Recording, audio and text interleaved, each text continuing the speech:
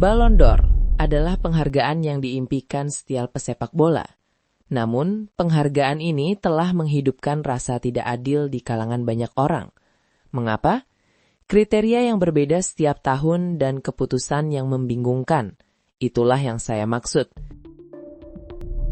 Dan sekarang, setelah semua yang telah kita lihat di tahun lalu, sepertinya Raphinha menjadi korban berikutnya saat ini.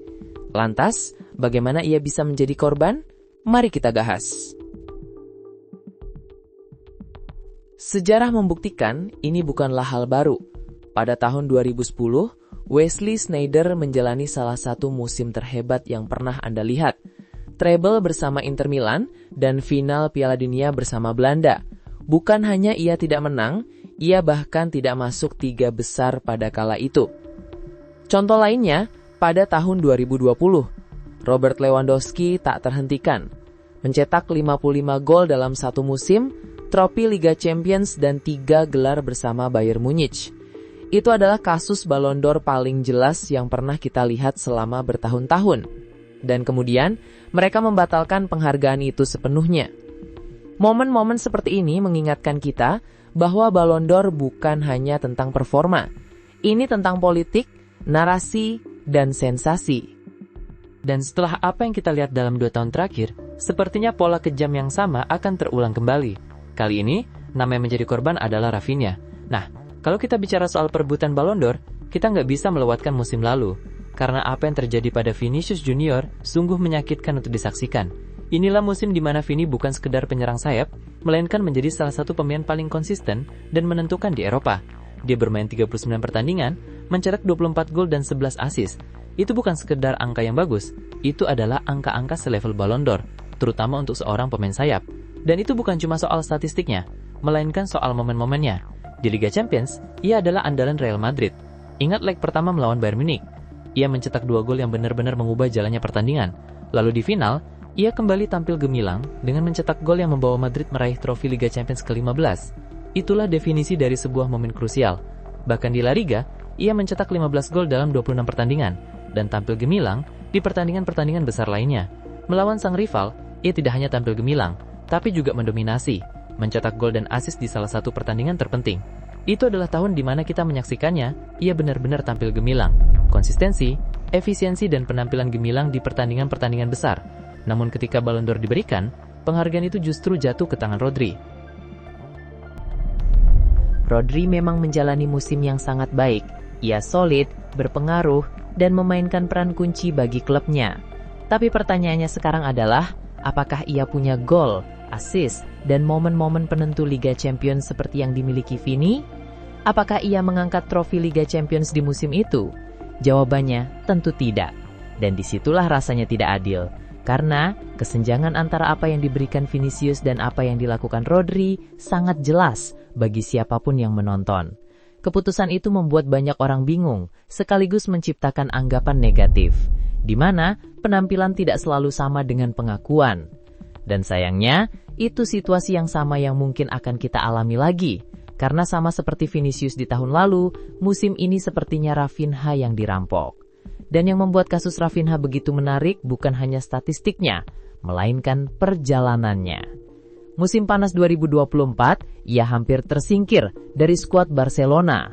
Barca memang sedang kesulitan keuangan, dan Raphinha dianggap sebagai salah satu pemain yang bisa mereka korbankan. Satu-satunya alasan ia bertahan adalah Hansi Flick. Flick datang menatapnya dan berkata, "Orang ini yang akan bertahan. Saya bisa mendapatkan yang terbaik darinya." Perkataan Flick ada benarnya. Di bawah pelatih Jerman itu, Raphinha akhirnya tampak seperti pemain yang terlahir kembali. Dia bukan lagi sekadar pemain sayap. Ia adalah pemimpin di lini serang, mencetak 34 gol dan memberikan 25 assist sepanjang musim. Itu berarti keterlibatannya hampir 60 gol untuk Barca, hasil yang luar biasa untuk seorang pemain sayap. Ini bukan sekadar statistik kosong.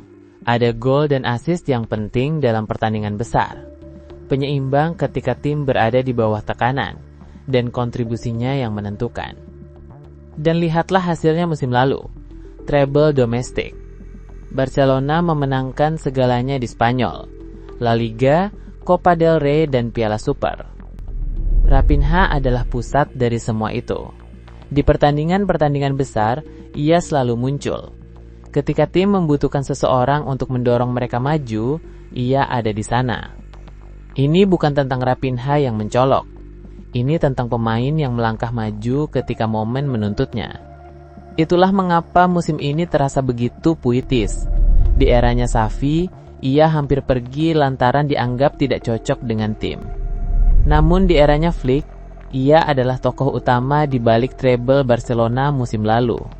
Alur cerita seperti itu memang masuk akal untuk meraih Ballon d'Or. Dia mengubah keraguan menjadi dominasi dan ketidakpastian menjadi kehebatan. Karena di atas kertas, ia punya segalanya, dari statistik, trofi, dan kisahnya. Itulah kisah yang sempurna, namun dengan cara Ballon d'Or menilai akhir-akhir ini, Anda tak bisa menghilangkan perasaan bahwa Raphinha mungkin tidak mendapatkan pengakuan yang layak diterimanya. Dan inilah bagian yang menakutkan. Kita pernah kasus ini sebelumnya yang terjadi dengan Vinicius musim lalu.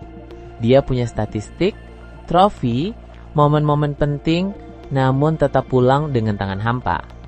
Dan ketika Anda mencermati lebih dekat alasan mengapa Vini ditolak, Anda mulai menyadari bahwa alasan yang sama juga bisa dengan mudah digunakan untuk masalah Raphinha. Nah, mari kita uraikan ini. Vinicius tidak kehilangan Ballon d'Or hanya karena Rodri menjalani musim yang bagus. Ada 3 faktor yang sangat jelas yang merugikannya.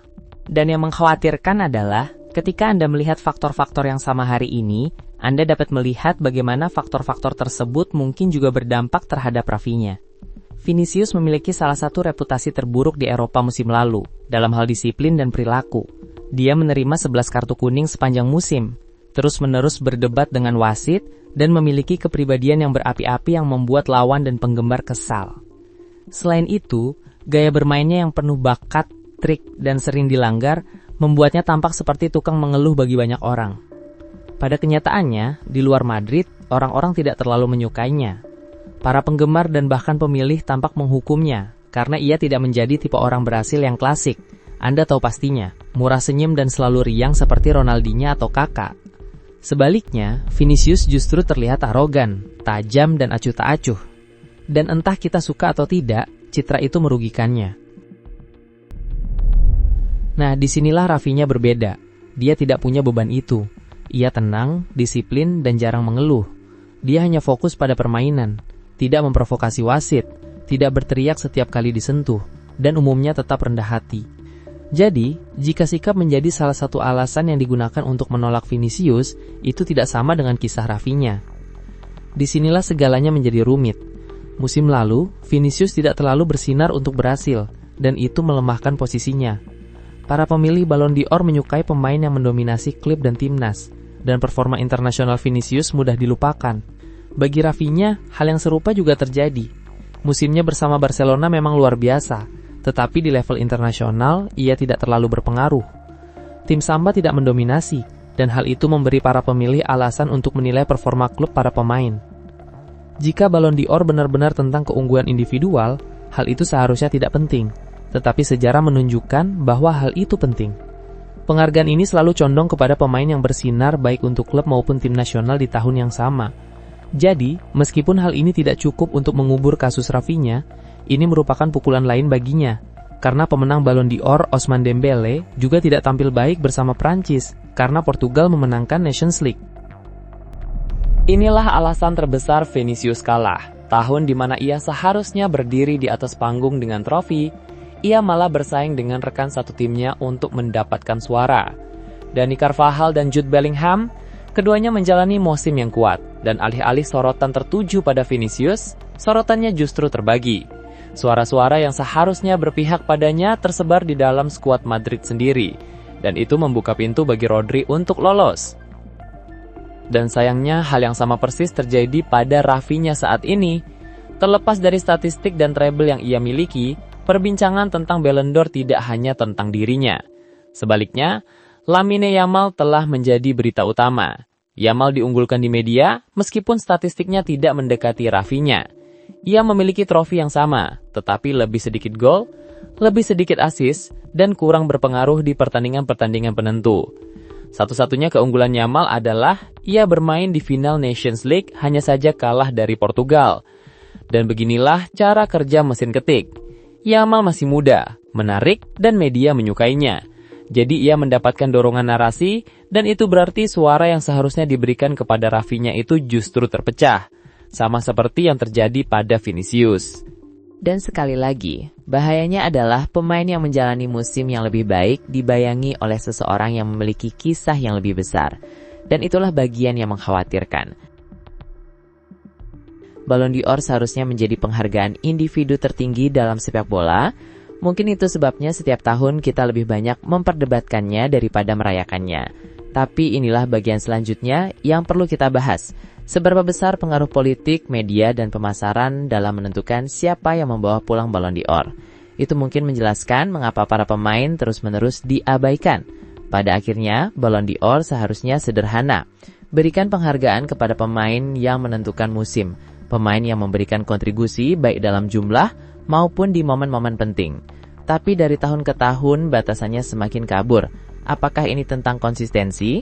Apakah ini tentang trofi? Atau tentang siapa yang memiliki narasi paling menarik? Dan itulah mengapa perdebatan tak pernah berhenti. Karena jauh di lubuk hati, kita semua ingin penghargaan ini bermakna jelas dan adil. Sebaliknya, penghargaan ini terus melayang antara pengakuan kebesaran dan pengakuan sensasi. Bagaimana menurut Anda? Apakah Rafinha seharusnya layak menang? Beritahu saya di kolom komentar. Itulah opini tentang perebutan Ballon d'Or yang telah kita bahas bersama. Terima kasih telah menonton dan tunggu opini menarik lainnya di video selanjutnya.